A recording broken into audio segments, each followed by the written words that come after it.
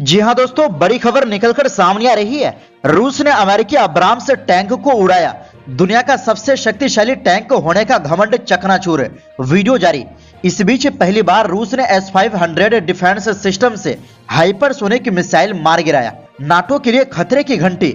वहीं अगली खबर में आपको बताएंगे, गाजा जंग के बीच फिलिस्तीनियों को लेकर सऊदी अरब ने उठाया बड़ा कदम, दिखाया बड़ा दिल। इसी के साथ आपको बताएंगे, उज्बेकिस्तान में कफ सिरप से 68 बच्चों की मौत पर 23 लोगों को सजा, भारतीय को 20 साल की जेल। जान गंवाने वाले बच्चों के परिवारों को क्या मिला, जानेंगे क्या है पूरी खबर। सब कुछ हम आपको विस्तार से बताएंगे, तो आप मेरे साथ इस वीडियो के आखिर तक बने रहिए। उससे पहले, जैसे कि हमारा ऑफिशियल चैनल MW न्यूज इस वक्त बंद है, तो आप हमारे इस नए चैनल को सब्सक्राइब करके हमसे जुड़ जाएं। तो बिना टाइम लेते हुए बात करते हैं खबरों की। जी हां दोस्तों, रूस ने दुनिया का सबसे शक्तिशाली टैंक माने जाने वाले अमेरिका के M1 अब्राम्स टैंक को नष्ट करने का दावा किया है। रूसी रक्षा मंत्रालय ने इस घटना का वीडियो भी जारी किया है, जिसमें एक टैंक को नष्ट होते देखा जा सकता है। इस घटना को लेकर अभी तक अमेरिका या यूक्रेन की तरफ से कोई बयान नहीं आया है। रूसी कब्जे वाले खेरसोन क्षेत्र के गवर्नर व्लादिमीर साल्डो ने दावा किया है कि रूस की 15वीं मोटराइज इन्फेंट्री ब्रिगेड के सैनिकों ने दुनिया का सबसे शक्तिशाली टैंक माने जाने वाले अमेरिका के अब्राम्स टैंक को नष्ट कर दिया है। उन्होंने कहा कि 15वीं मोटराइज इन्फेंट्री ब्रिगेड के लड़ाकों ने औद्योगिक क्षेत्र में अमेरिका निर्मित अब्राम्स टैंक को नष्ट कर दिया।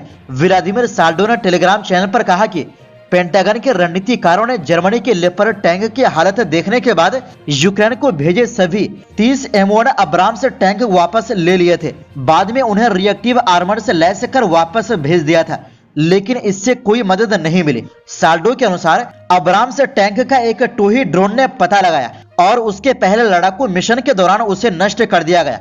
25 फरवरी को DPR प्रमुख के सलाहकार इगोर किमाकोवस्की ने तास को बताया कि अब्राम्स टैंक को पहली बार औद्योगिका के पास फ्रंट लाइन में देखा गया है। दरअसल M1 अब्राम्स एक तीसरी पीढ़ी का अमेरिकी मुख्य युद्ध का टैंक है। इसे क्रिसलर डिफेंस ने डिजाइन किया है, हालांकि अब इसे जनरल डायनामिक्स लैंड सिस्टम बनाती है।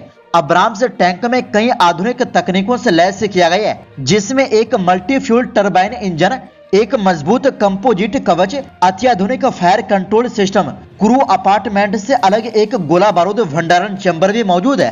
M1 अब्राम्स ने 1980 में सेवा में प्रवेश किया। वहीं दूसरी ओर रूस के S-500 Prometheus air defence system ने हाइपरसोनिक टारगेट्स को ट्रैक करके उन्हें सफलतापूर्वक मार गिराया।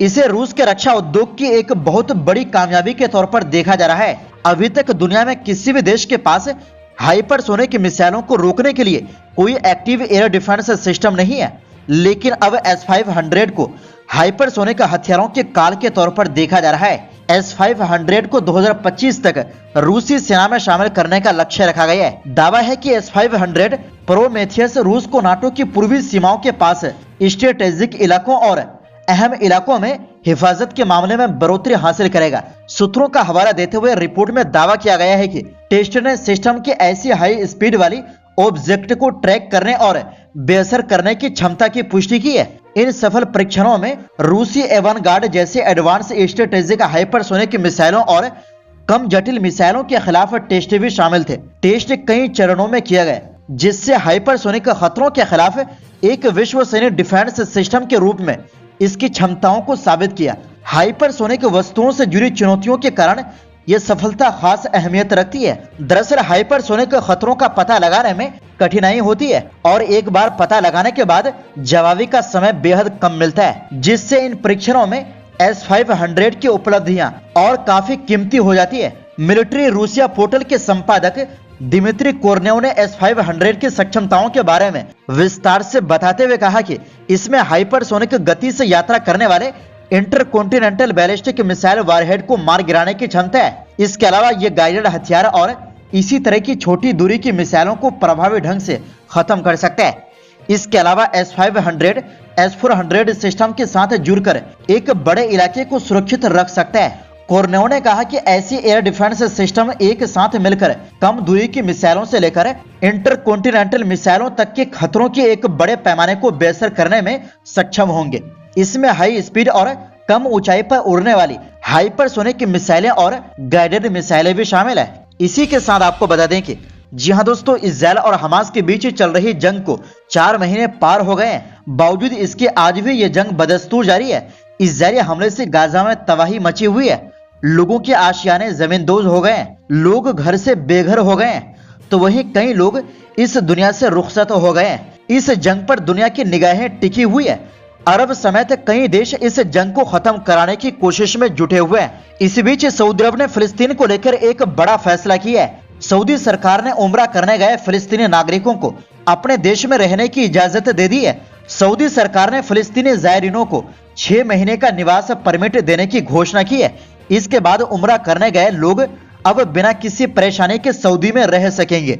दरअसल कई फिलिस्तीनी नागरिक उम्रा करने सऊदी गए थे, लेकिन हमास और इजराइल के बीच चल रहे युद्ध की वजह से वापस नहीं लौट पा रहे हैं। इजरायली सेना ने गाजा पर कब्जा कर रखा है। यहां लगातार हमले हो रहे हैं, जिसकी वजह से उम्रा करने गए फिलिस्तीनी जायरीन अपने घर वापस नहीं लौट पा रहे हैं। ऐसे में सऊदी ने नागरिकों की मदद करने का फैसला किया और उनके लिए 6 महीने का रेसिडेंस परमिट जारी कर दिया। सऊदी सरकार के इस फैसले पर फिलिस्तीन विदेश मंत्रालय ने सऊदी किंग सलमान बिन अब्दुल अजीज और क्राउन प्रिंस मोहम्मद बिन सलमान का आभार जताया है। मंत्रालय ने सोशल मीडिया पर एक पोस्ट शेयर करते हुए गाजा के जायरीनों की मदद के लिए सऊदी सरकार का शुक्रिया अदा किया है। आपको बता दें कि सऊदी अरब लगातार फिलिस्तीनियों की मदद करता आ रहा है। सरकार ने गाजा में मची तबाही के बीच कई बार राहत सामग्री पहुंचाई है। इनमें खाने पीने के साथ ही दवाइयों समेत तमाम जरूरी चीजें शामिल है। सऊदी सरकार लगातार इजराइल और हमास के बीच मध्यस्थता कराने की कोशिश कर रहा है। हालांकि गाजा पट्टी और फिलिस्तीन को लेकर अब तक सऊदी अरब ने कोई मजबूत स्टैंड नहीं लिया है, जिसको लेकर आलोचना भी हो रही है। गौरतलब है कि पिछले साल 7 अक्टूबर से युद्ध शुरू हुआ था, जो अब तक जारी है। इजरायली हमले में अब तक लगभग 30,000 बेगुनाह फिलिस्तीनियों ने अपनी जान गंवा चुके हैं। इसी के साथ आपको बता दें कि जी हां दोस्तों, दिसंबर 2022 में कफ सिरप पीने से 68 बच्चों की मौत के मामले में उज्बेकिस्तान के एक कोर्ट ने 22 लोगों के साथ एक भारतीय नागरिक को भी जेल भेजा था। मीडिया रिपोर्ट के मुताबिक उत्तर प्रदेश के दवा कंपनी में बने कफ सिरप का सेवन करने से कथित तौर पर 68 बच्चों की मौत के मामले में उज्बेकिस्तान के एक कोर्ट ने सोमवार को एक भारतीय नागरिक को 20 साल जेल की सजा सुनाई। उज्बेकिस्तान की अदालत ने भारतीय नागरिक सहित 23 लोगों को 2 से 20 साल की अवधि के लिए जेल में डाल दिया। कफ सिरप के सेवन से हुई 68 बच्चों की मौत के मामले में उज्बेकिस्तान में भारतीय नागरिक को 7 महीने की लंबी अदालती कार्यवाही के बाद सजा सुनाई गई। उज्बेकिस्तान में भारत के मेरियन बायोटेक द्वारा निर्मित दवाओं का वितरण करने वाली कंपनी क्यूर मैक्स मेडिकल के कार्यकारी निदेशक राघवेंद्र सिंह पड़तार को 20 साल की सबसे लंबी जेल की सजा मिली।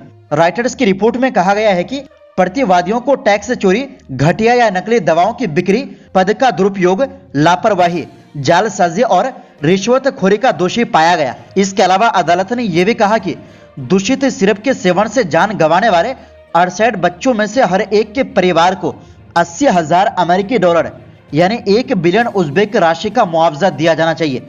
इसके अलावा विकलांगता से पीड़ित 4 अन्य बच्चों को भी मुआवजा मिलेगा। अदालत ने अपने आदेश में कहा कि 7 दोषियों से मुआवजा वसूला जाएगा। दरअसल कोल्ड सिरप पीने से कुल 86 बच्चे जहर से पीड़ित हो गए, जिनमें से 68 की जान चली गई। मेरियन बायोटेक द्वारा निर्मित कफ सिरप डॉक 1 दिसंबर 2022 में उज्बेकिस्तान में 68 बच्चों की मौत से जुड़ा था। इस मामले ने भारत में केंद्रीय और राज्य दवा अधिकारियों को मामले की जांच शुरू करने के लिए मजबूर किया। इसके बाद मार्च 2023 में उत्तर प्रदेश अधिकारियों द्वारा नोएडा स्थित कंपनी का विनिर्माण लाइसेंस रद्द कर दिया गया था। इसके अलावा मेरियन बायोटेक के 3 कर्मचारियों को भी यूपी पुलिस ने गिरफ्तार किया था और इसके निदेशकों के लिए लुक आउट नोटिस जारी किया गया था। शुरुआती जांच से पता चला कि मेरियन बायोटेक के कफ सिरप के नमूने मिलावटी और मानक गुणवत्ता के नहीं थे, यानी मिलावटी और नकली पाए गए। तो दोस्तों, इस पूरी रिपोर्ट के बारे में आपकी क्या राय है? अपनी राय कमेंट बॉक्स में जरूर दें।